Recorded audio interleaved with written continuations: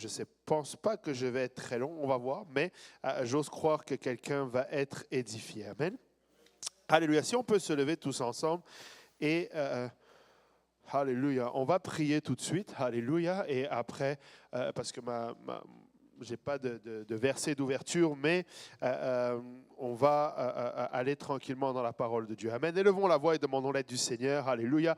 Éternel, notre Dieu et roi, nous venons te glorifier, te dire merci Seigneur pour ta grâce. Merci Seigneur pour, Seigneur, l'opportunité que tu nous donnes, Papa, d'être une fois de plus dans ta maison. Seigneur, de venir ce mercredi, Papa, Seigneur, pour entendre ta parole. Papa, Seigneur, merci pour la louange et l'adoration qui a été élevée dans ce lieu. Papa, nous prions que tu l'accordes et que tu le reçoives avec, Seigneur, plaisir, Papa, et faveur, Papa, Seigneur. Et alors que nous, Seigneur, maintenant plongeons dans ta parole, nous venons reconnaître que dans notre chair, cette parole est folie pour nous, Seigneur. C'est pourquoi nous prions ton onction sur nous. Oins-moi pour apporter ta parole sans crainte, ni faveur, ni hésitation. Oins tous ceux qui m'écoutent, Papa, qu'elle puisse nous édifier, nous faire porter du fruit pour ta gloire, Papa, et voir, Seigneur, alléluia, être un outil, Seigneur, tout un chacun pour ton royaume en ce temps de la fin, Papa. Que le nom de Jésus soit glorifié, Papa. C'est avec action de grâce que nous te louons. Seigneur, nous te disons encore une fois, merci Seigneur. Alléluia. Et que tout le monde dise au nom de Jésus. Alléluia. Battons nos mains pour le Seigneur avant de nous asseoir.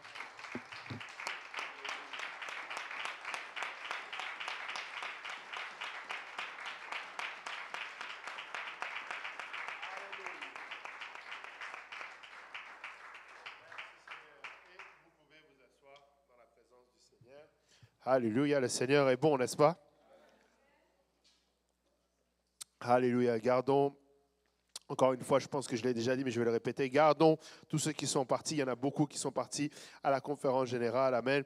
Nous voulons prier que le Seigneur les garde, amen. Alléluia, le titre de mon exhortation ou enseignement aujourd'hui, c'est « Aveugle de naissance », amen. Aveugle de naissance. Alléluia. Si je vous demandais, on était en train de discuter une fois avec mon fils là-dessus, si tu devais perdre un sens, ça serait lequel? Tout le monde, il y en a qui me font non, ils ne veulent même pas y penser. Amen. Lequel des 5 sens tu te sentirais, entre guillemets, je dis bien entre guillemets, à l'aise de perdre? C'est sûr que tu n'es jamais à l'aise, mais tu choisirais l'ouïe, tu choisirais l'odorat, tu choisirais le toucher, la vue ou le goût. C'est difficile comme question. Tu commences à imaginer, tu te dis, waouh, ne pas voir, c'est compliqué. Amen. Certains maris vont dire, pas voir la beauté de ma femme. Certains vont... j'ai entendu un amen. Alléluia. Il y en a qui vont... Il y en a d'autres qui devraient dire amen. Je vais retendre la perche. Amen. Il y a des hommes qui vont se dire non, je ne pourrai plus voir la beauté de ma femme. Je vais avancer. OK. L'odorat, il y a des maris qui diraient je ne pourrai plus sentir le parfum de mon épouse. Mais c'est bon. Ça avance, amen. Le toucher, la vue, le goût, amen, c'est pas évident, amen. Surtout qu'on réalise bien sûr que tous ces sens, si tu devais en manquer, ça serait un handicap et la vie n'est pas facile, amen. Alléluia. La chose qu'on dit par contre, c'est que ceux qui perdent souvent un des sens ont d'autres sens qui sont accentués et quand ils l'ont, surtout depuis la naissance, c'est comme ça ne leur manque pas tant que cela. Amen. Dans le sens où ils développent d'autres choses. Et si tu regardes même d'un point de vue spirituel, j'ai réalisé en parlant de cela que si tu n'avais pas lui, comment pourrais-tu écouter Deutéronome 6.4? Amen. Écoute Israël, l'Éternel, notre Dieu est le seul Éternel. Amen. Déjà en partant là, tu pourrais peut-être le lire, mais tu ne pourrais pas l'écouter tout simplement. Amen. Pour le goût et l'odorat, ça dépend de la version, mais Psaume 34, verset 9 nous dit « Sentez et voyez combien l'Éternel est bon. » Amen. Dans d'autres versions, ça dit « Goûtez. » Amen. Et voyez combien l'Éternel est bon. Heureux l'homme qui cherche en lui son refuge. Amen. Alléluia. Combien ont goûté et savent que l'Éternel est bon. Amen. Combien ont vu la bonté de l'Éternel. Alléluia. Nous bénissons le Seigneur pour cela. Amen.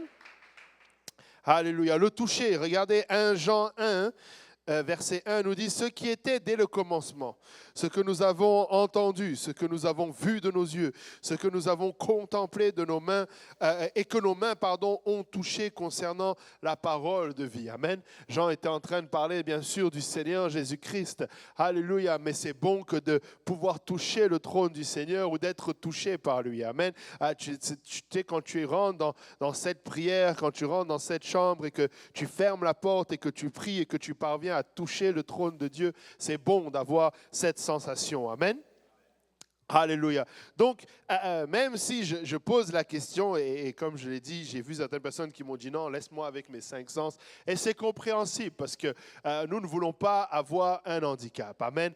Nous bénissons le Seigneur et bénissons le Seigneur, frères et sœurs, de ne pas avoir ce genre d'handicap. Amen.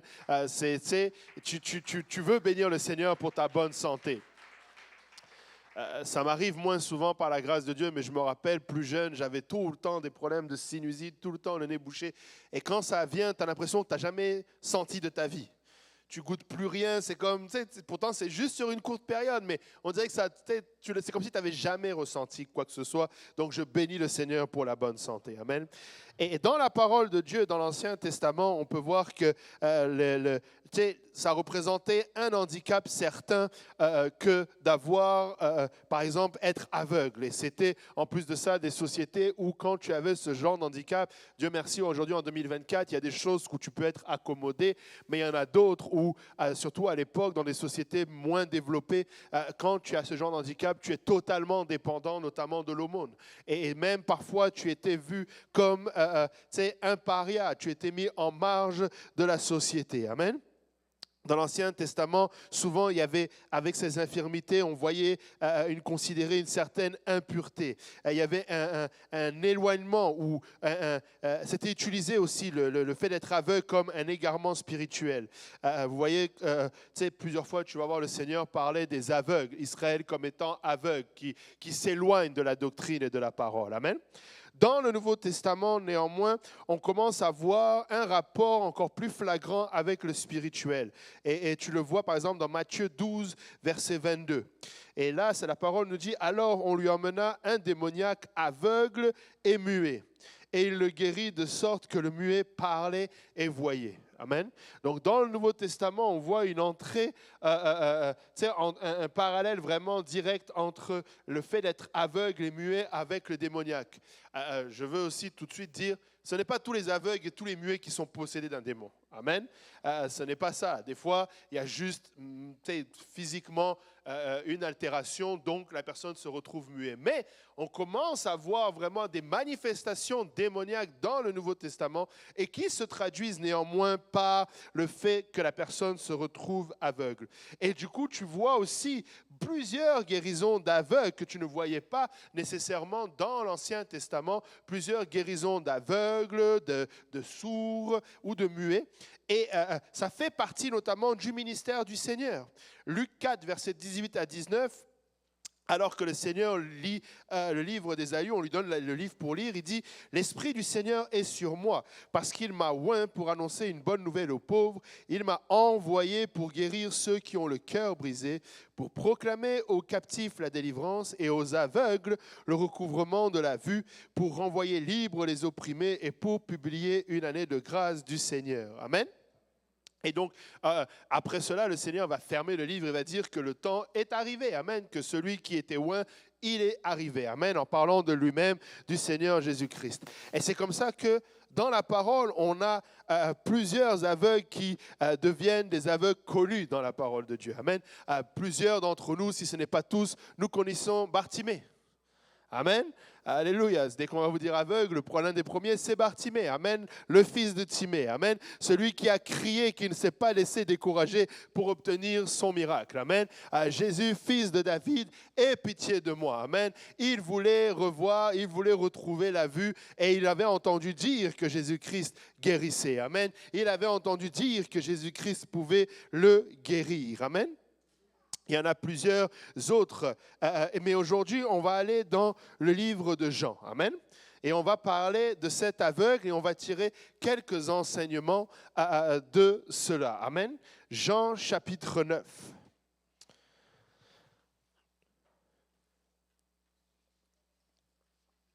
Alléluia. Donc dans le livre de Jean au chapitre 9, la Bible nous dit, premier verset, Jésus vit en passant un homme aveugle de naissance. Ses disciples lui firent cette question.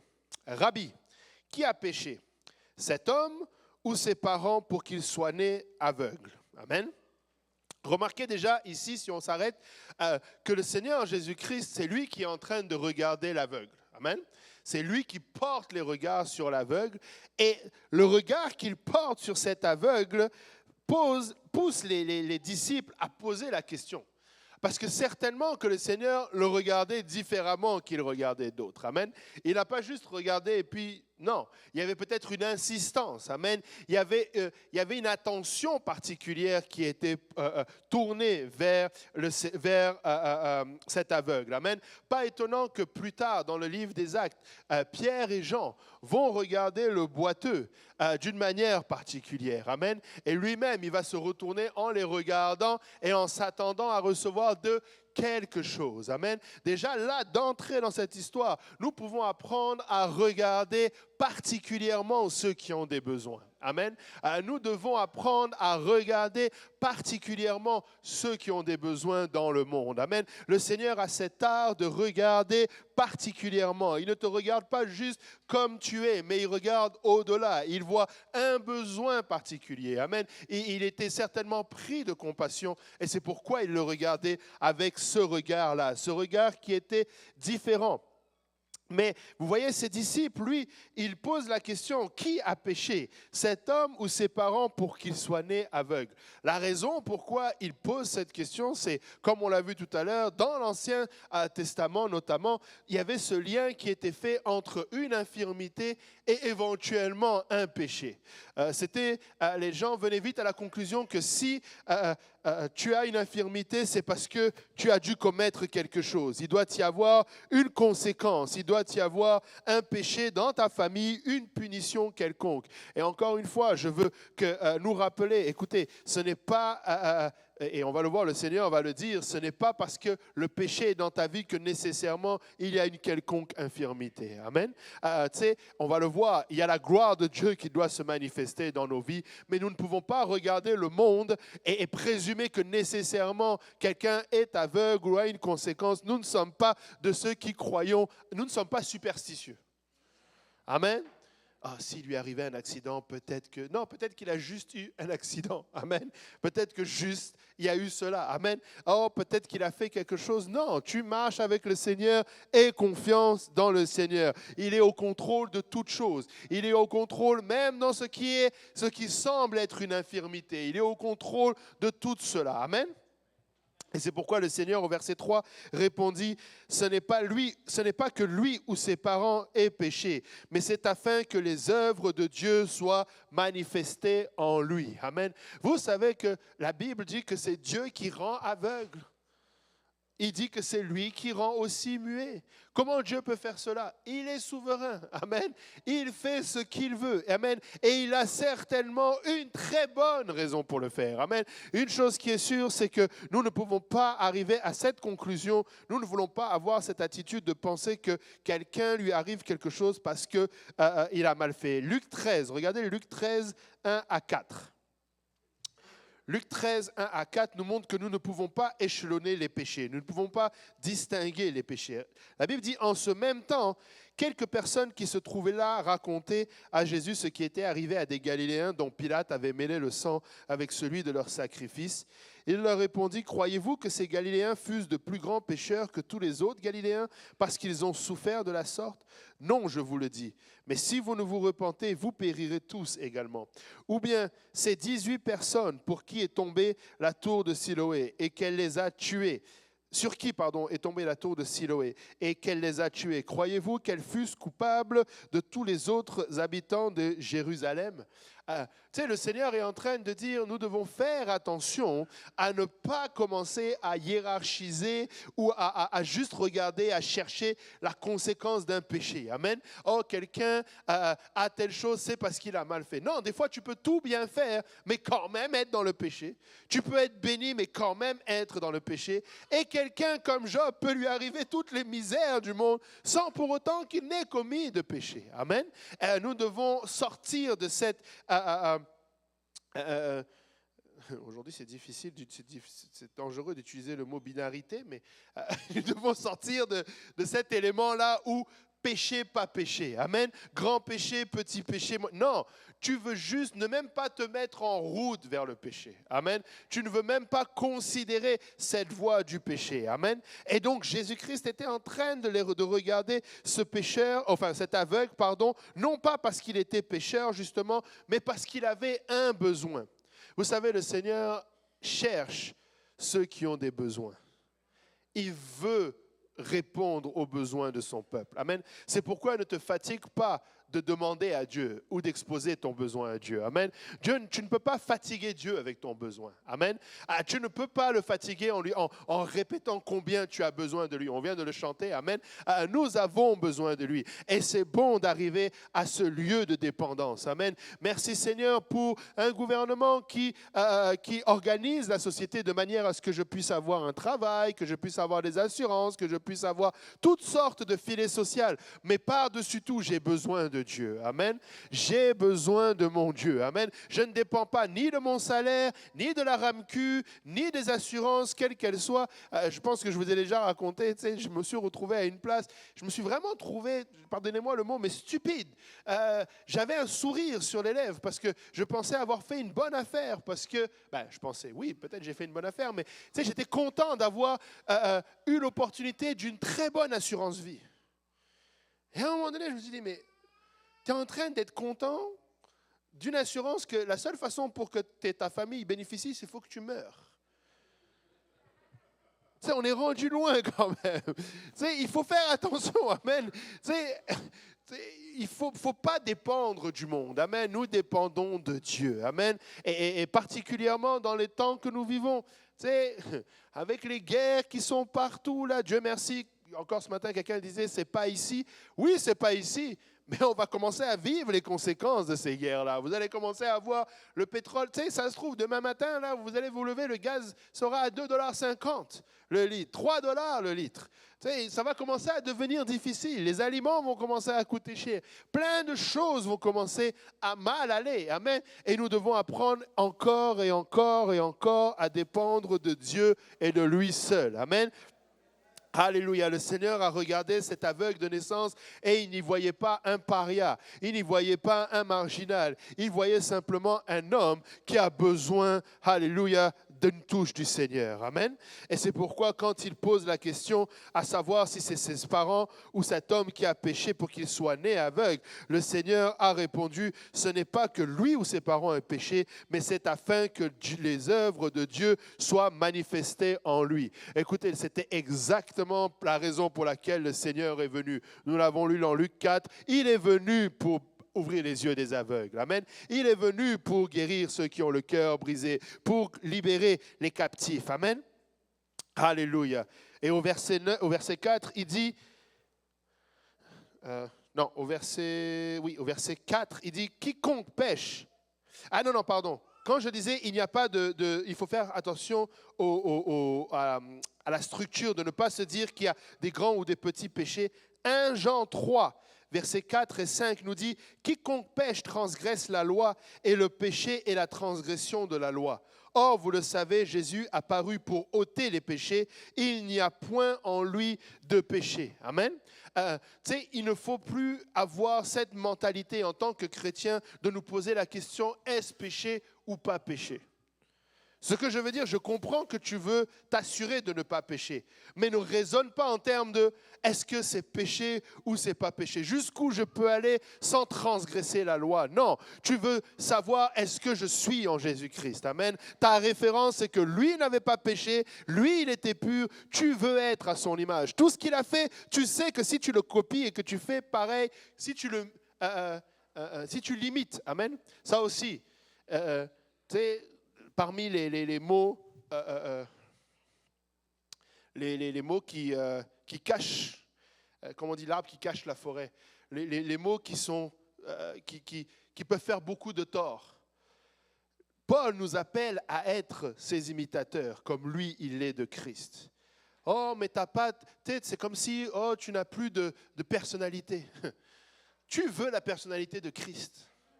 Amen. Tu ne veux pas une autre personnalité. Et éventuellement, pour avoir la personnalité de Christ, tu risques d'avoir la personnalité de celui qui t'a emmené à Christ.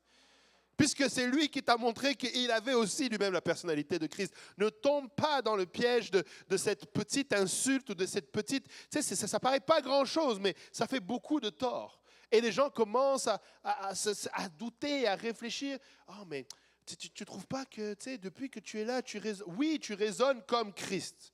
Tu veux ressembler à Christ. Tu veux être à l'image de Christ. Oh, mais regarde, dans ton église, tout le monde fait comme ça. Oui, parce que tout le monde veut ressembler à Christ. C'est normal qu'il y ait une unité. Nous sommes le corps de Christ. Nous allons éventuellement parler de la même façon, battre des mains de la même façon, louer de la même façon, agir de la même façon, parce que nous voulons ressembler à Christ. Et donc, nous n'allons pas vivre, encore une fois, ça c'était le Bishop Bernard qui nous l'avait dit, et c'est tellement sage, tellement simple, mais quand quelqu'un travaille à la banque, on ne lui montre pas tous les faux billets pour qu'il sache faire la différence avec le vrai billet. Au contraire, on lui montre que des vrais billets. Il étudie à fond le vrai billet. Voilà pourquoi nous devons étudier à fond la parole de Dieu, à fond le caractère de Christ, et c'est ça qui doit être notre direction. Amen. Je ne cherche pas à savoir si je suis dans la limite de péché ou pas péché. Je ne veux même pas être sur la voie du péché. Je veux être sur la voie de Jésus-Christ. Je veux être sur la voie qui mène au ciel. Amen. Tu ne veux pas pécher parce que si tu pêches, c'est une transgression de la loi. Amen.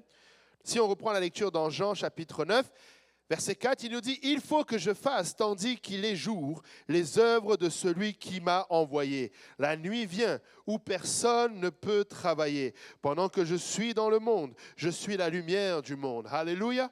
Le Seigneur est en train de dire, rappelez-vous, dans le livre de Jean, chapitre 1er, la parole nous parle, la parole nous dit au commencement était Dieu et la parole était avec Dieu. Cette parole était la lumière. Amen.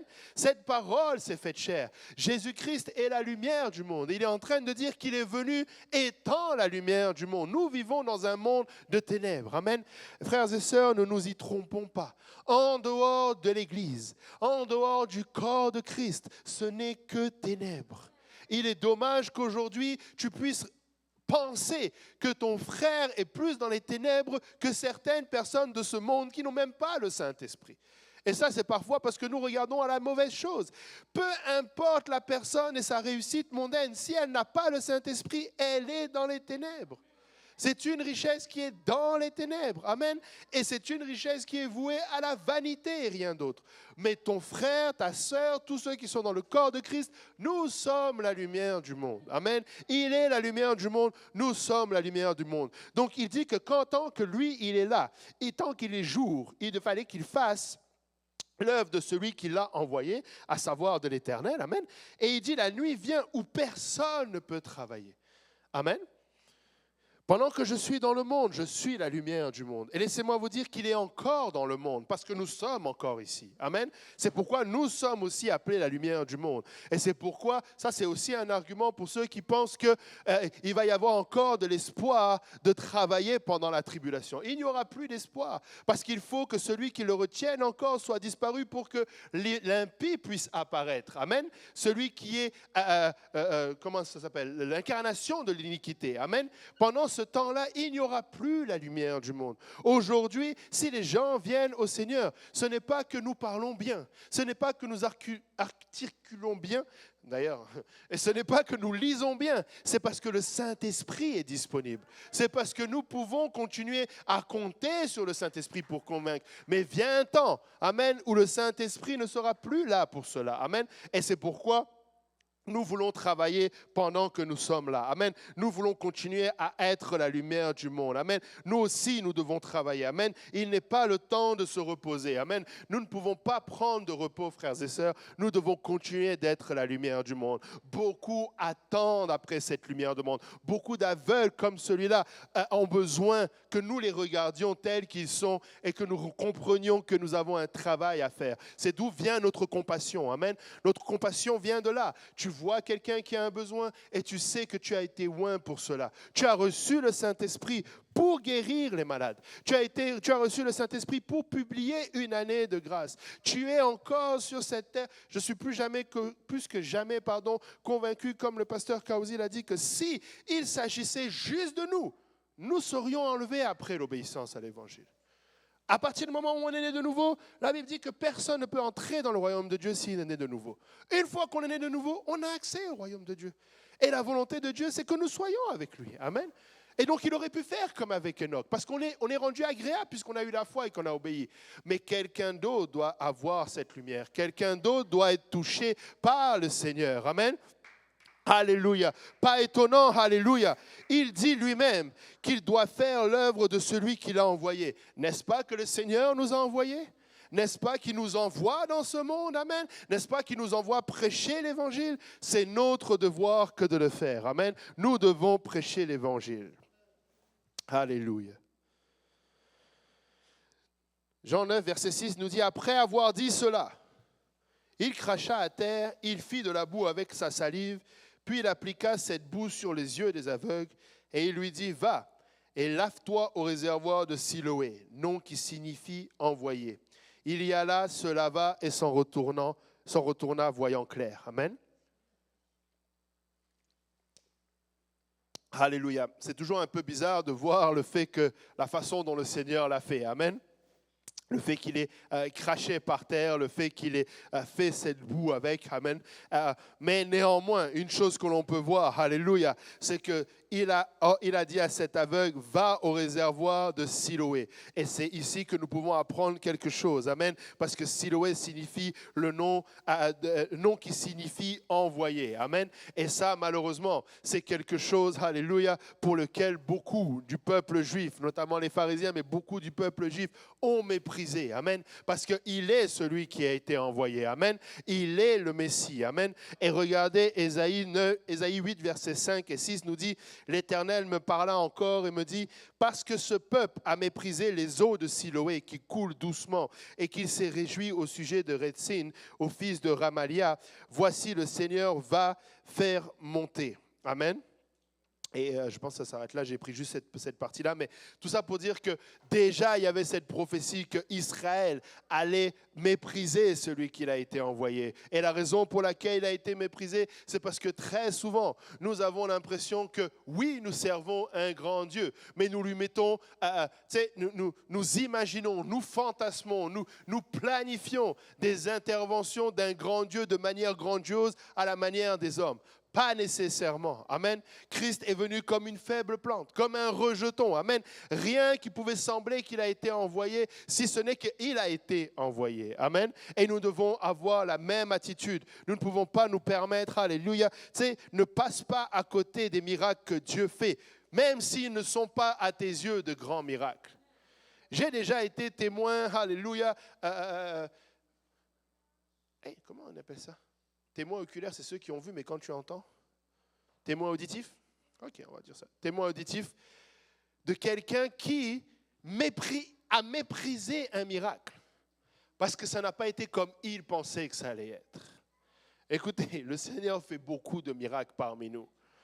Beaucoup de miracles parmi nous. Ne pense pas que parce qu'il n'y a pas eu l'apparition d'un ange, ça n'était pas un miracle. Ne pense pas parce que tu n'as pas vu un éclair à ce moment-là, ou tu n'as pas eu la chair de poule, que ça n'était pas un miracle. Dieu opère de grands et très grands miracles parmi nous, et quotidiennement même parmi nous. Amen. Et nous devons reconnaître cela. Amen. Ne méprisons pas celui qui a été envoyé. Il a été envoyé et nous voulons le reconnaître. Amen.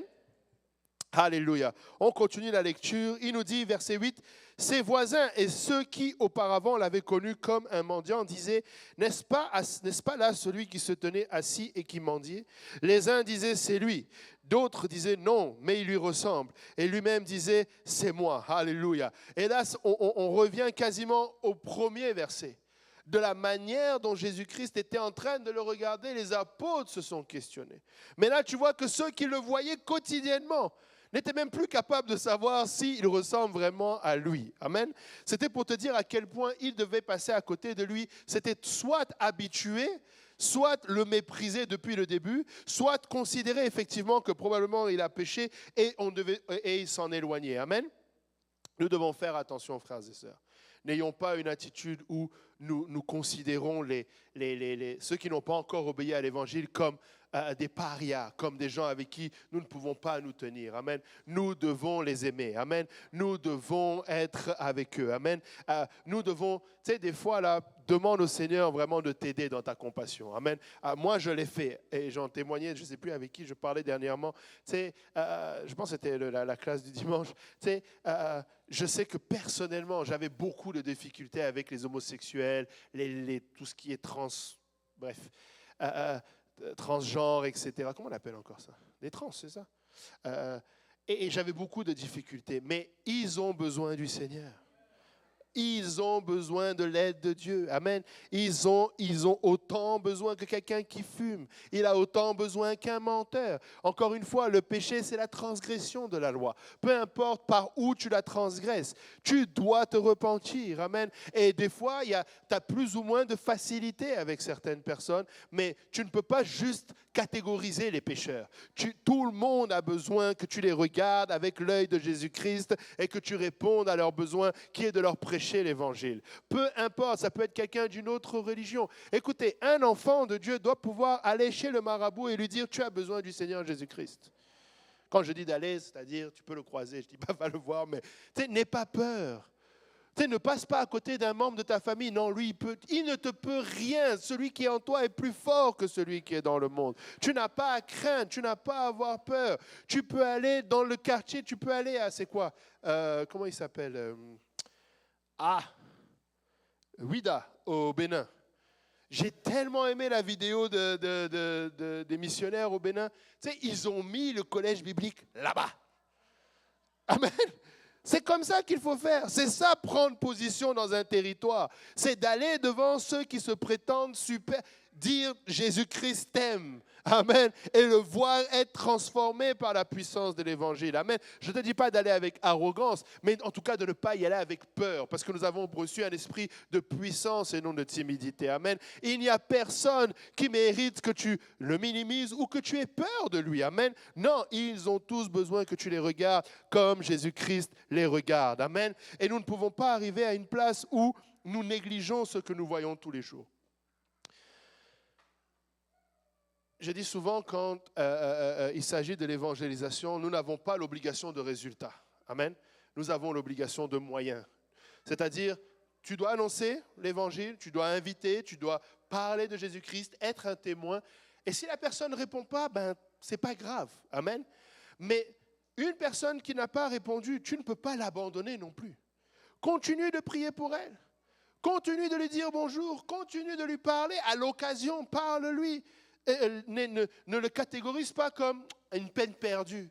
Il n'y a pas de peine perdue avec le Seigneur. Amen. Il n'y a pas de peine perdue. Le Seigneur veut tous, alléluia, que tous parviennent à la repentance. Amen. Nous n'arrivons pas à une place où nous ne savons même pas reconnaître nos aveugles dans nos rues. N'arrivons pas à une place où tu t'habitues tellement à certaines personnes que tu oublies qu'ils ont besoin du Seigneur. Amen. Verset 10, ils lui dirent, alors qu'il disait c'est moi, verset 10, la Bible dit, ils lui dirent donc comment tes yeux ont-ils été ouverts?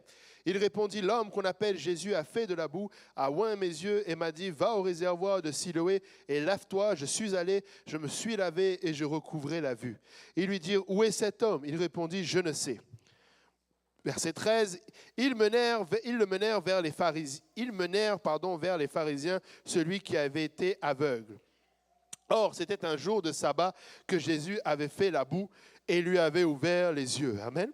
De nouveau, les pharisiens aussi lui demandèrent comment il avait recouvré la vue, et il leur dit, il a appliqué de la boue sur mes yeux, je me suis lavé et je vois. Sur quoi quelques-uns des pharisiens dirent, cet homme ne vient pas de Dieu, car il n'observe pas le sabbat.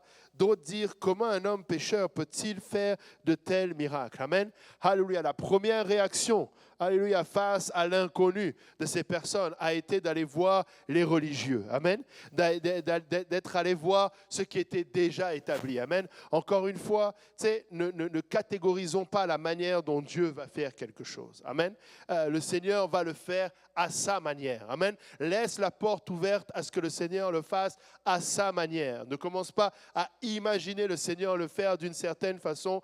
Malheureusement, aujourd'hui, beaucoup d'églises se perdent et, par exemple, refusent le fait de parler en langue parce que ils ne comprennent pas. Et dernièrement, je faisais une étude, on va faire juste une aparté, je faisais une étude, regardez avec moi dans 1 Corinthiens 14, après que Paul dit que tout doit se faire dans l'ordre.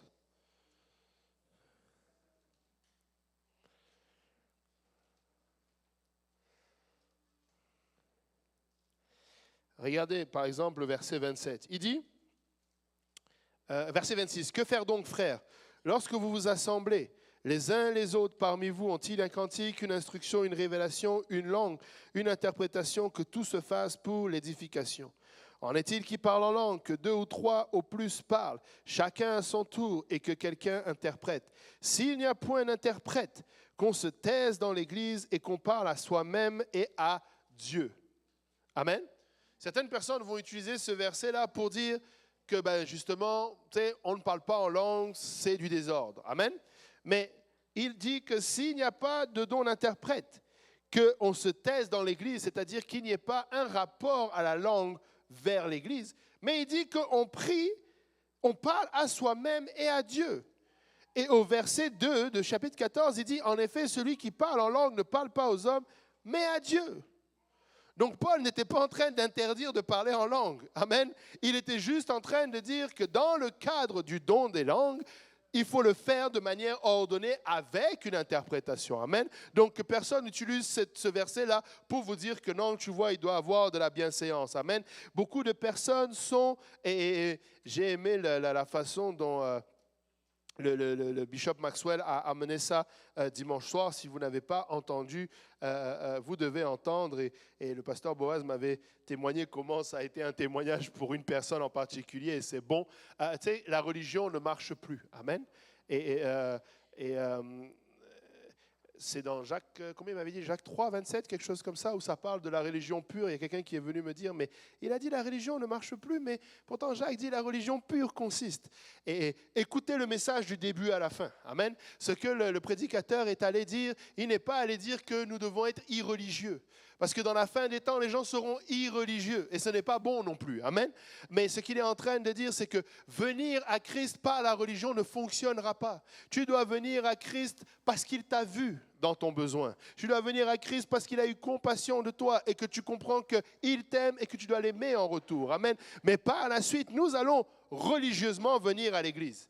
Chaque dimanche, chaque mercredi. Amen. Ce n'est pas contre la religion. Amen. Certaines personnes vont se priver de certains miracles ou vont commencer à condamner certains miracles parce que ça a été fait de manière religieuse. Amen. Non. Écoutez, n'ayons pas peur, et ça c'était le pasteur Almond qui l'avait emmené, n'ayons pas peur dans l'église d'être organisés. Oh, mais dans l'église, aujourd'hui l'église, en tout cas, je vais prendre une gorgée d'abord.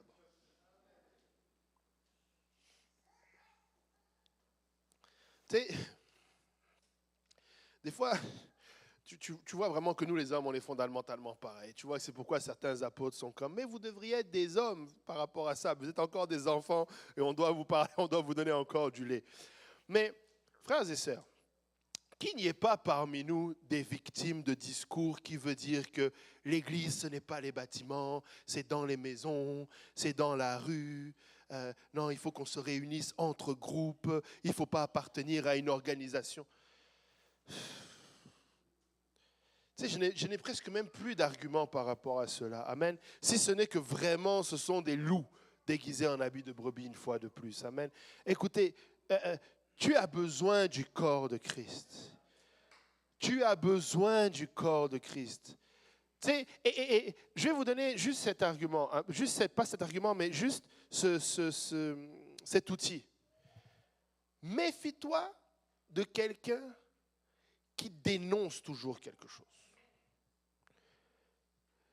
Tu sais, je vais vous donner par exemple comme exemple. Pasteur Kaouzi, il n'est pas fan des grandes églises. Sa vision a toujours été plein de petites églises. Il a toujours dit qu'il voudrait qu'il y ait autant d'églises de Tim Hortons que de Tim Hortons. Et si tu regardes Tim Hortons, ce n'est pas grand. Il n'y a pas des grands Tim Hortons. Et quand je dis qu'il n'est pas fan des grandes églises, ce n'est pas qu'il critique les grandes églises. Le problème commence quand quelqu'un commence à critiquer quelque chose. Pourquoi te sens-tu obligé de critiquer avant de dire « tu es plus à l'aise avec autre chose ». Dis juste que tu es plus à l'aise avec cette chose-là. Mais méfie-toi de quelqu'un qui commence avec une critique. Ouais, mais bon, tu sais, c'est pas parce que... Qui a dit? Qui a dit? Encore une fois, c'était dans... c'était pas dans mes notes, mais on va aller le chercher. Dans 1 Jean... C'était 1 Jean 4, hein, je pense, que tout à l'heure j'avais fait lire. 1 Jean 3 ou 1 Jean 4. 1 Jean 3, 7. Petits enfants, que personne ne vous séduise. Celui qui pratique la justice est juste, comme lui-même est juste. Tu sais, l'apôtre Jean est en train de dire, écoute, quand tu essayes de bien faire, ne laisse pas qu'on vienne te critiquer. Oh, vous à Saint-Laurent, vous pensez que parce que vous vous rasez, vous allez... Pourquoi tu commences par là?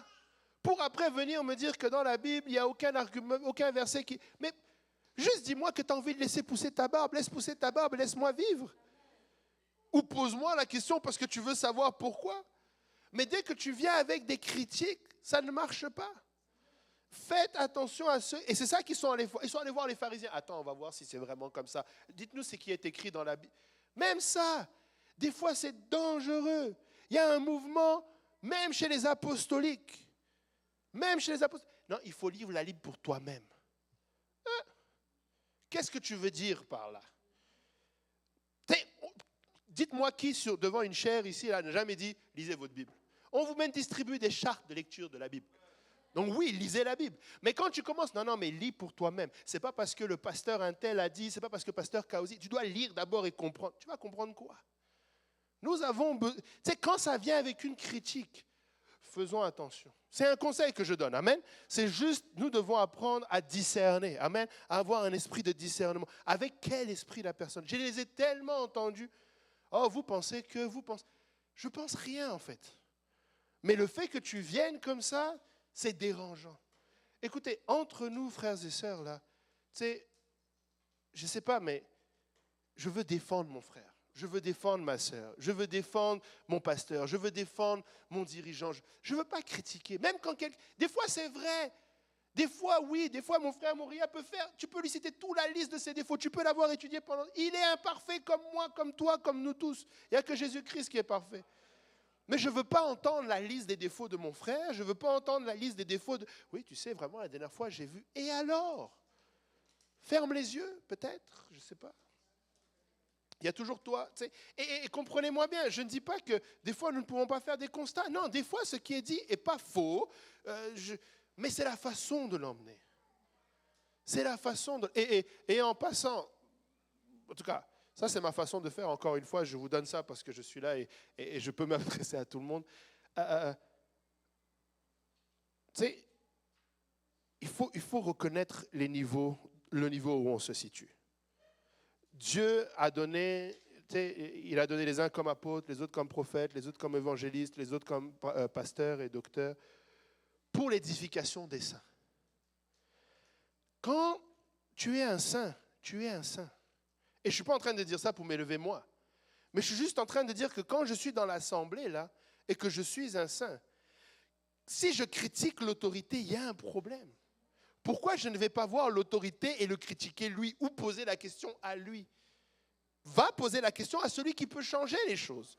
Parce que tu poses la question à celui qui est à côté de toi, vraiment là, il ne peut pas faire grand-chose. À part peut-être tomber avec toi dans la critique Et là, vous allez vous mettre accord, un deuxième, un trois. Et finalement, ça crée de la division. Et ça n'emmène nulle part. Amen. Et encore une fois, je ne suis pas en train de dire, écoutez, nous avons, et je bénis le Seigneur pour les hommes de Dieu qui sont sur nous parce qu'ils sont très ouverts. Tu peux aller dans le bureau et dire, voilà, telle chose, pasteur, je ne comprends pas telle chose, pourquoi vous faites telle chose, comment ça se fait? Et il va te donner les réponses. Peut-être certains ne vont pas te plaire, peut-être certains ne nous plaisent pas. C'est vrai que des fois, il faut juste marcher dans la soumission. C'est ça la soumission, c'est quand on n'est pas d'accord. Mais je n'ai jamais entendu un de ces hommes-là, Pasteur Graham, Pasteur Kausi, Pasteur Benji, me dire, écoute, c'est comme ça et puis c'est pas autrement. Non. Donc, amen. Et c'est ça qu'il voulait faire là. Il est en train de les emmener vers les pharisiens pour commencer à essayer de trouver une manière de critiquer le Seigneur. Et les pharisiens ont trouvé. Tu vois, c'était le jour du sabbat que Jésus avait fait la boue et il lui avait ouvert les yeux. Aïe. Avez-vous remarqué comment les super spirituels sont très légalistes? Les super spirituels ont tendance à toujours aller, non, parce que vraiment, il faut être strict. Dieu est strict. La loi, c'est comme ça. Et si tu n'es pas content, attention. Amen.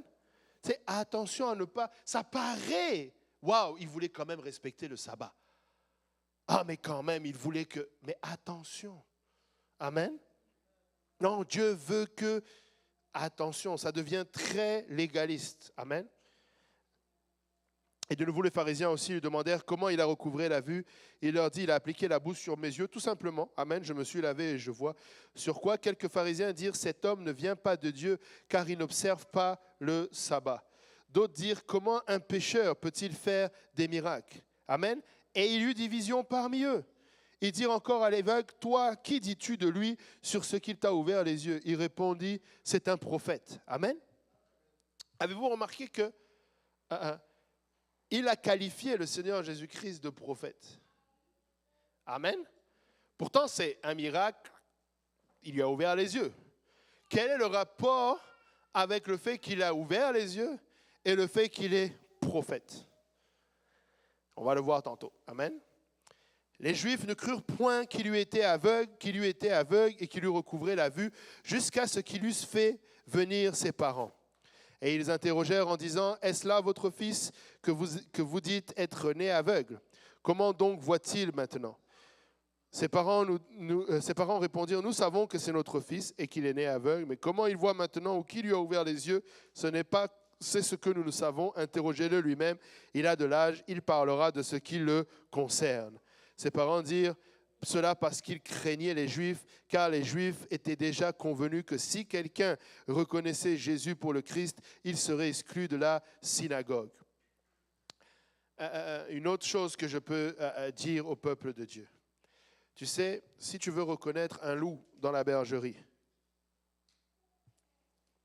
un loup dans la bergerie va s'assurer que tu es très proche de lui et que si tu ne l'écoutes pas, tu vas être privé de quelque chose. Il va t'emmener à une place de dépendance, en fait. Ça peut être dépendant affectif, ça peut être dépendant financier, ça peut être dépendant par rapport à de l'aide, et il va t'emmener à une place où, quand il commence à critiquer, si tu te sens mal à l'aise de critiquer, parce que si tu n'es pas d'accord avec lui, tu vas être privé de quelque chose. Tu vas être privé de son amitié. Tu vas être privé de ce qu'il t'a aidé. Tu vas être privé de quelque chose. C'est comme ça que fonctionnent les loups. Parce que ce qu'il cherche, c'est la division. Et il a besoin que tu sois avec lui dans ce rôle-là de division. Amen. Si tu veux reconnaître vraiment, regarde autour de toi. Si tu parles avec quelqu'un et tu as cette impression qu'il y a quelque chose qui ne va pas, mais que tu n'es pas libre de lui dire parce que tu crains sa réaction, il y a un problème. Il y a quelque chose qui ne marche pas. On devrait être capable de discuter. Ok, tu veux qu'on discute? Discutons, ouvrons la Bible. Mais je dois être capable de te dire, non, mais là, ce que tu dis, regarde, parce que ça ne marche pas. Et c'est là où les autres arguments viennent. Oui, mais écoute, c'est pas parce que Pasteur Kausi a toujours dit, ou Pasteur Bernard a toujours dit. Non, eux, ce sont des hommes. Il faut lire la Bible. C'est comme ça que ça commence. Et c'est ce qu'ils étaient en train de faire ici. Et pourtant, ce sont ses propres parents. Ce n'est même pas quelqu'un qui est inconnu. Et là, quand je te dis ça, c'est quelqu'un qui peut être à côté de toi. C'est quelqu'un qui te connaît même très bien et qui sait ce qui se passe, mais qui va quand même user de cette stratégie-là. Et c'est pourquoi ses parents lui dirent, il a de l'âge, interrogez-le lui-même. Les pharisiens appelèrent une seconde fois l'homme qui était aveugle et lui dirent, donne gloire à Dieu. Nous savons que cet homme est pécheur. Amen. Donne gloire à Dieu. Tu sais, si tu veux vraiment être du côté de Dieu, dénonce-le. Amen. Il répondit, s'il est un pécheur, je ne sais. Alléluia, nous connaissons cette phrase et nous l'aimons. Amen, ce verset. S'il est un pécheur, je ne sais. Je sais une chose, c'est que j'étais aveugle et maintenant je vois. Alléluia, j'étais aveugle, maintenant je vois. Est-ce que mon frère a des problèmes? Oh, peut-être. Mais une chose que je sais, c'est que c'est mon frère. Amen. Est-ce que cette église a des problèmes? Oh oui, certainement. Mais une chose que je sais, c'est que quand je suis venu au Seigneur, c'est ici, alléluia, que j'ai été nourri. C'est ici que j'ai reçu, alléluia, mon baptême. C'est ici que j'ai reçu le Saint-Esprit. Est-ce que vraiment ils se sont des pécheurs? Je ne sais pas et je ne veux même pas le savoir. En passant, tu sais, ne fais pas la liste des péchés encore une fois ou des erreurs de ton frère, de ta sœur. Tu vas en trouver. Tu vas trouver. Si tu cherches, tu vas trouver. Amen. Mais juste épargne-toi cette dissolution. Épargne-toi. Tu sais, mets-toi en tête, ils sont des hommes. Donc ils sont imparfaits. Et si tu vois qu'il y a un problème, c'est comme, tu sais, posons-nous la question. C'est quoi l'objectif derrière? C'est se réjouir de l'échec? Tu sais, vous pensez vraiment que si, même si, ok, je vais le dire comme ça, tu sais, admettons, l'église de Saint-Laurent, Pasteur Graham faisait quelque chose de croche. Peu importe. Vous pensez que ça serait une victoire dans le royaume de Dieu que Saint-Laurent ferme? Vous pensez vraiment que ça va être genre, on va se réjouir, ah, Dieu a jugé, je savais. Attention, notre attitude, écoute, ton frère, ta sœur est sur la voie du péché, prie pour qu'il ne tombe pas dans le péché. Le Seigneur a dit à Caïn, certainement si tu agis bien, tu relèveras ton visage. Ça doit toujours être notre attitude. Nous ne devons pas nous réjouir du fait que ce soit détruit. Nous devons nous réjouir de ce qui se bâtit. Une église qui ferme, ce n'est pas la joie. Les églises qui ne prêchent pas pleinement la vérité, nous ne voulons pas qu'ils ferment. Nous voulons qu'ils prêchent la vérité. C'est tout ce que nous voulons. Nous ne sommes pas en train de vouloir qu'il n'y ait qu'une seule église dans toute la ville de Montréal, l'église pentecôtiste unie. Non, mais nous voulons qu'il n'y ait que des églises qui prêchent la vérité. Nous voulons que ceux qui n'ont pas encore eu la révélation la reçoivent.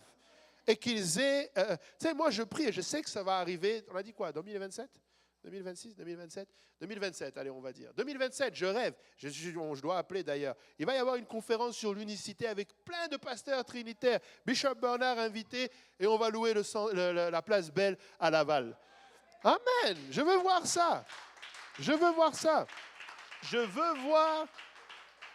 veux voir les pasteurs trinitaires de la ville de Montréal entendre. Pourquoi on peut le faire au Burkina Faso, on ne peut pas le faire ici? On peut le faire. Amen. On va le faire. Si les pasteurs au Burkina sont intéressés, je crois qu'il y a des pasteurs à Montréal qui le sont aussi. Et l'objectif, c'est qu'ils viennent. Ce n'est pas que nous ne sommes pas des destructeurs, nous sommes des bâtisseurs. Nous sommes édifiés sur le fondement des apôtres et des prophètes. Amen. Ce que nous voulons, c'est qu'il y ait de l'édification. Amen. Il dit, si les pécheurs, je ne sais pas, une chose que je sais reconnaître que j'avais un besoin. Et il a répondu. J'avais un besoin. Dieu est venu au secours de mon besoin. Amen. C'est pourquoi, encore une fois, c'est ton frère, ta sœur qui prie avec toi, qui pleure avec toi, considère-le. Considère-le. Tu sais, il y a, en tout cas, ça c'est moi, hein, pardonnez-moi, des fois je suis peut-être même trop un livre ouvert, ça me vaut des critiques. Mais nous devons être des livres ouverts entre nous. Et de mes forces et de mes faiblesses. Ce que vous voyez, c'est ce que je suis. Tu m'as déjà vu fâché? Pardon. Tu m'as déjà vu trop rigoler? Pardon. Tu sais, ce que je suis, c'est ce que tu vois. Mais tu sais, parfois on va être là. Oh, frère Moria, tu peux m'aider à prier pour cela? Et quand la bénédiction vient, tu ne viens jamais voir ton frère dire merci d'avoir prié pour moi. Ça a marché. C'est important de rendre la vertu. C'est important de... Quelqu'un a mis son genou à terre à prier. Des fois même, il s'est réveillé la nuit, il a prié pour toi, il a intercédé pour toi. C'est juste un peu de reconnaissance. Juste un peu, voilà, merci d'avoir participé, merci de m'avoir édifié. Va voir ton frère et ta sœur et dis-lui merci pour ce qu'il a fait. Amen. C'est important. C'est important. Si c'est un pécheur, je ne sais. Je sais une chose, c'est que j'étais aveugle, maintenant je vois. Il lui dit, que t'a-t-il fait? Comment t'a-t-il ouvert les yeux? Il répondit, je vous l'ai déjà dit. Vous ne m'avez pas écouté. Pourquoi voulez-vous l'entendre encore? Voulez-vous aussi devenir ses disciples? Là, il a commencé à comprendre que là, il y a un problème. Amen. Il l'injuriait et dire, c'est toi qui es son disciple. Nous sommes disciples de Moïse, la loi. Amen. Nous savons que Dieu a parlé à Moïse, mais celui-ci, nous ne savons d'où il est. Cet homme leur répondit, il est étonnant. Amen. C'est drôle. Il dit, il est étonnant que vous ne sachiez d'où il est, et cependant, il m'a ouvert les yeux. Amen. Il dit, nous savons que Dieu n'exauce point les pécheurs, mais si quelqu'un l'honore et fait sa volonté, c'est celui-là qu'il exauce. Jamais on n'a entendu dire que quelqu'un ait ouvert les yeux d'un aveugle né. Si cet homme ne venait pas de Dieu, il ne pourrait rien faire. Ils répondirent, tu es né tout entier dans le péché et tu nous enseignes. Et ils le chassèrent. Amen. Le même aveugle, il commence à prêcher et c'est à ça que nous sommes appelés. Amen. Il n'a pas attendu, il leur a prêché droit. Il a dit, c'est étonnant quand même que vous passiez tout ce temps-là, mais vous n'avez pas été capable de reconnaître Luc 4. Amen. L'Esprit du Seigneur est sur moi parce qu'il m'a oint. Combien de fois le Seigneur a dit, ok, vous ne voulez pas au moins regarder les œuvres que je fais. Puisque quand il dit, vous ne voulez pas m'entendre. Amen. Vous voyez, lui, il a reconnu qu'il était un prophète. Il a reconnu, un prophète, c'est celui qui parle. Lui, il a reconnu qu'il était un prophète. Le Seigneur sait que beaucoup ne l'ont pas reconnu comme prophète. Et il a dit, au mieux, si vous ne voulez pas me reconnaître comme prophète, au moins regardez ce que je fais. Et vous devriez être quand même capable de voir que si je le fais, c'est que c'est Dieu qui le fait. Amen. Alléluia. Et là, il répondit, tu es né tout entier dans le péché et tu nous enseignes. Et là, verset 35, le Seigneur revient et dit, Jésus a appris qu'il l'avait chassé. Et il l'a rencontré, il lui dit, crois-tu au Fils de Dieu? Il répondit, et qui est-il, Seigneur, afin que je croie en lui? Regardez verset 37, tu l'as vu. Quand le Seigneur a dit, ce n'est pas qu'il ait péché ou que son père ou que ses parents ont péché, mais c'est afin que les œuvres de Dieu soient manifestées en lui. Ce n'était pas qu'il ouvre les yeux des aveugles, mais qu'il voit le Fils de Dieu. Ici, nous avons une déclaration que le miracle doit être suivi du salut. Si c'est le miracle seulement, alléluia, tu passes à côté de l'essentiel. Amen. Il aurait pu naître directement avec ses yeux et rester aussi un pécheur. Mais s'il était aveugle, c'est pour qu'un jour, il puisse avoir les œuvres de Dieu manifestées en lui. Pour qu'il arrive à une place où il a vu le Fils de Dieu. Amen. Tu l'as vu, lui dit Jésus, et celui qui te parle, c'est lui. Amen. Celui qui te parle, c'est lui. Et il dit, je crois, Seigneur. Et il se prosterna devant lui. Pas besoin d'une autre preuve. Alléluia. J'avais déjà la parole. Amen. Maintenant, j'ai vu. Amen. Maintenant, j'ai expérimenté. Amen. Et je sais que tu es Dieu. Amen. Et il se prosterne devant lui. Et puis là, regardez, le Seigneur lui dit, puis Jésus dit, je suis venu dans ce monde pour un jugement, pour que ceux qui ne voient point voient, et que ceux qui voient deviennent aveugles. Quelques pharisiens qui étaient avec lui, ayant entendu ces paroles, lui dirent, nous aussi sommes-nous aveugles?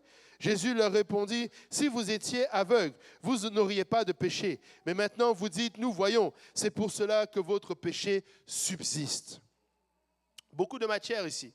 Déjà, regardez. Puis Jésus dit, je suis venu dans ce monde pour un jugement. N'est-ce pas le même Seigneur qui a dit, je ne suis pas venu pour juger le monde, mais pour sauver le monde? Mais là, pourquoi alors il dit, je suis venu dans ce monde pour un jugement? Est-ce que Dieu est en train de se contredire? Est-ce qu'il est en train de contredire sa parole? La réponse est déjà non. Amen. Quand tu vois dans la parole de Dieu quelque chose qui se contredit, c'est que tu n'as pas compris quelque chose. Amen. Et on doit demander à Dieu l'aide pour comprendre cette chose. Amen.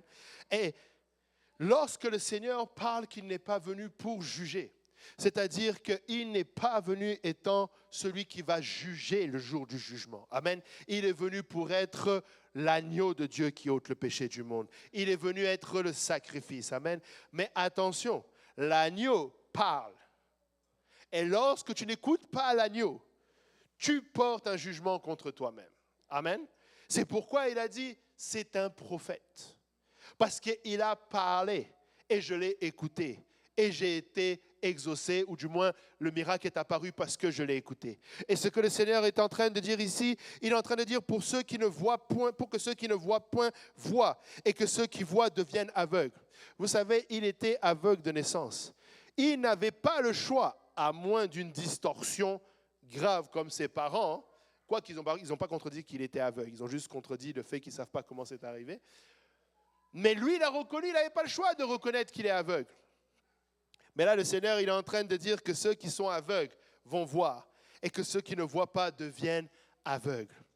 Qu'est-ce qu'il est en train de dire? Il est en train de dire, il faut que tu reconnaisses que tu es aveugle de naissance. Il faut que tu reconnaisses que tu as besoin que Dieu t'ouvre la vue. Amen. Tu as besoin de recevoir la vue. Il dit, si vous étiez aveugle, vous n'auriez pas de péché. Mais maintenant, vous dites, nous voyons. C'est pour cela que votre péché subsiste. Qu'est-ce qu'il est en train de dire? C'est un appel à la repentance que le Seigneur est en train de faire ici. Il est en train de dire, tu dois reconnaître ton besoin de repentance. Tu es pécheur, tu es aveugle, tu as besoin du Seigneur. Amen. Tu as besoin de la manifestation de Dieu dans ta vie. Amen. C'est pourquoi il a commencé en disant, tu sais, ce n'est pas une question de est-ce que son père a péché ou sa mère a péché. Il n'était pas en train de dire qu'ils étaient exempts de péché. Il est en train de dire car tous ont péché, sont privés de la gloire de Dieu. Amen. Il était aveugle, il allait être privé de la gloire de Dieu. Amen. Mais il est venu pour qu'il retrouve la vue. Amen.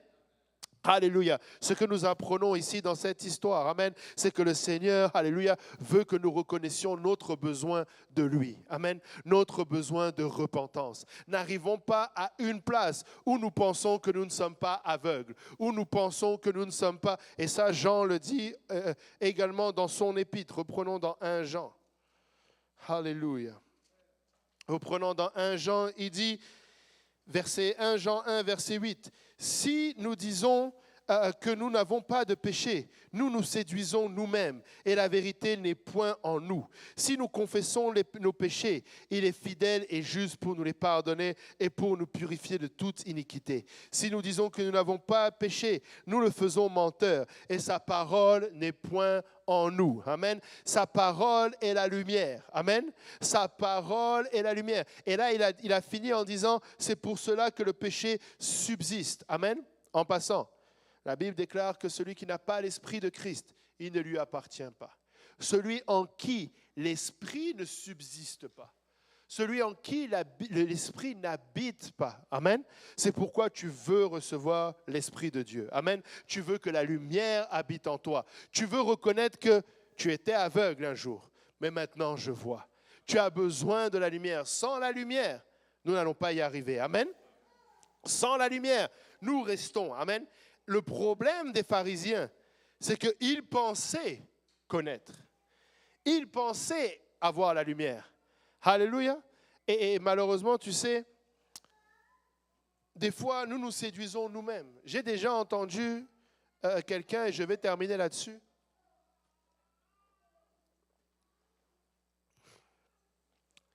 J'ai déjà entendu quelqu'un exhorter quelqu'un en lui disant, ce n'est pas normal de se repentir tous les jours. Dangereux. Il dit non, mais parce qu'une fois que tu as demandé pardon à Dieu, Dieu t'a pardonné. Tu ne vis plus dans le péché, tu n'as pas besoin de te repentir. C'est comme si en fait tu es en train de dire, ou c'est comme si tu es en train toujours de rappeler le péché sur toi. Attention. Amen. Nous devons vivre une vie de repentance. Amen. Tu ne sais pas qu'est-ce que tu as pu dire, qu'est-ce que tu as pu penser. Ne prends pas de chance. Amen. Juste, alléluia, nous l'avons lu dans 4. Amen. que personne ne vous ait dit, celui qui pratique la justice est juste, comme lui-même est juste. Amen. Nous voulons nous repentir. Amen. Nous voulons nous considérer comme aveugles. Amen. J'ai besoin d'être renouvelé chaque jour. Amen. Est-ce que ça veut dire que je me sens coupable de quoi que ce soit si je n'ai rien fait? Non. Amen. Mais par contre, je demande au Seigneur, éclaire-moi à nouveau. Je te laisse la possibilité de regarder à l'intérieur de moi. Il dit, si vous étiez aveugle, vous n'auriez pas de péché. N'est-ce pas que la Bible dit que nous devons marcher par la foi et non par la vue? Alléluia. Si tu as la vue, c'est que tu n'es pas aveugle, n'est-ce pas? Mais là, il dit, parce que si vous étiez aveugle, vous n'auriez pas de péché. Mais parce que maintenant, vous dites, nous voyons. Parce que tu marches par la vue, tu ne peux pas marcher par la foi. Amen. Tu dois choisir où tu vas marcher par la foi, ou tu vas marcher par la vue. Amen. Mais nous voulons marcher par la foi. Amen. Nous voulons, alléluia, reconnaître notre besoin. Amen. Cet aveugle de naissance avait un besoin et le Seigneur a rencontré ce besoin. En chantant tout à l'heure, alléluia, nous avons chanté « J'ai besoin de toi ». Amen. Frères et sœurs, nous avons besoin de lui dans tous les aspects de notre vie. Alléluia, tu as une décision à prendre, tu as besoin de Jésus-Christ. Tu veux changer de travail, tu as besoin de Jésus-Christ. Tu veux te marier, tu as besoin de Jésus-Christ. Tu veux divorcer, tu as 2 fois besoin de Jésus-Christ. Peu importe là où tu te trouves, mais tu as besoin de Jésus-Christ. N'arrive pas à une place où tu vois trop clair.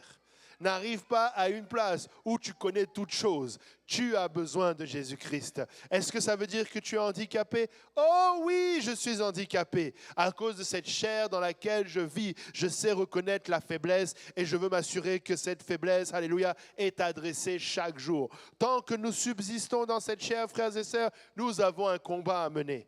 Et la seule façon de le mener, c'est de reconnaître que cette chair doit être soumise. Amen. Nous avons besoin du Seigneur Jésus-Christ. Nous avons besoin qu'il nous aide. Nous avons besoin qu'il nous donne à voir clair. Nous avons besoin d'être éclairés par le Seigneur. Amen. Lui, il était aveugle de naissance. Amen. Mais nous avons besoin de reconnaître que nous avons besoin de lui. Amen. Alléluia. On a quelques minutes. Est-ce qu'il y a une question? 2 questions même? Ou 3 questions? Alléluia. Il n'y a pas de questions. Alléluia. Donc on va se lever, alléluia, tous ensemble et on va prier le Seigneur. Amen. Que le Seigneur nous aide. Amen. Que le Seigneur, alléluia, nous permette, alléluia, de ne pas nous autosuffire. Il n'y a rien de tel que d'arriver à cette place où je me suffis à moi-même. Amen. Tu sais, une autre chose, pardonnez-moi, aujourd'hui je ne fais que de donner ce que j'ai entendu, mais je ne sais pas pourquoi ça vient, mais tu sais, oui, la Bible dit que nous avons été créés à l'image de Dieu. Et même, le Seigneur lui-même dit, voici que l'homme est devenu comme l'un de nous. Mais nous ne sommes pas Dieu. Le jour où tu deviens Dieu dans ta vie, il y a un problème. Amen. Et devenir Dieu dans sa vie, c'est-à-dire le jour où tu déclares ne plus avoir besoin de Dieu. Fais attention à ces domaines dans ta vie où tu estimes que tu n'as pas besoin de Dieu. Parce que Dieu il doit être Dieu dans tous les aspects de notre vie. Tu sais, quand j'y arrive pas, j'ai besoin de Dieu. Mais quand j'y arrive, j'ai besoin de Dieu. Quand je suis dans l'échec, j'ai besoin de Dieu. Mais quand je suis dans la réussite, j'ai besoin de Dieu.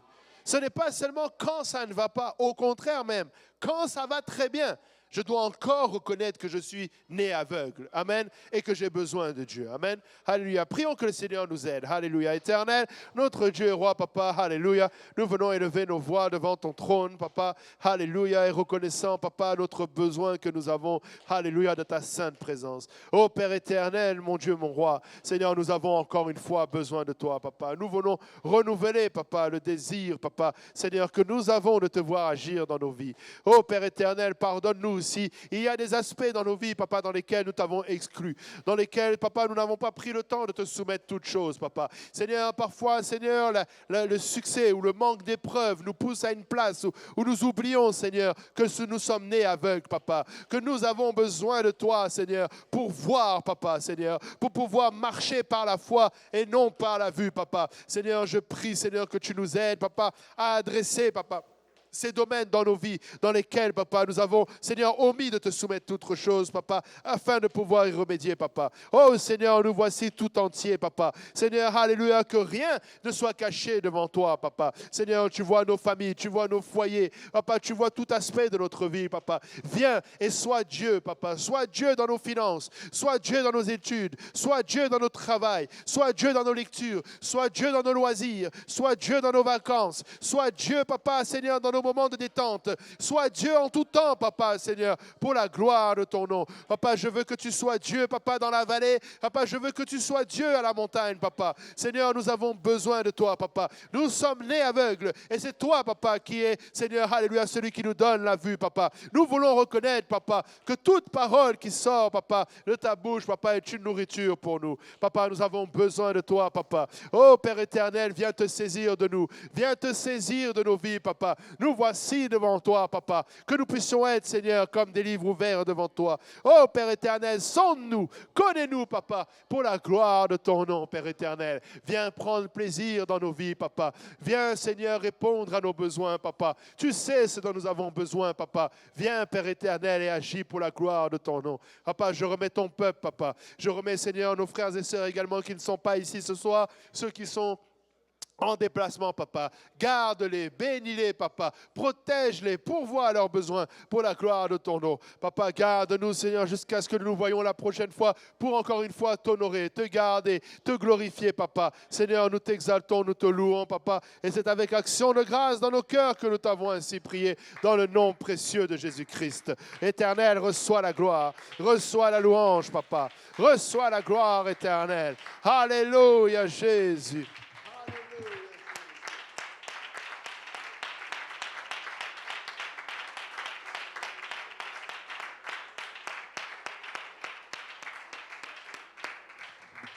Alléluia, merci Seigneur, merci Seigneur, alléluia. Oh, que nous avons besoin de toi, Jésus. Alléluia, que le Seigneur vous bénisse, alléluia, qu'il vous prospère et à nous voyons ensemble samedi pour la prière ou jeudi pour les jeunes, pour le groupe de jeunes. Alléluia.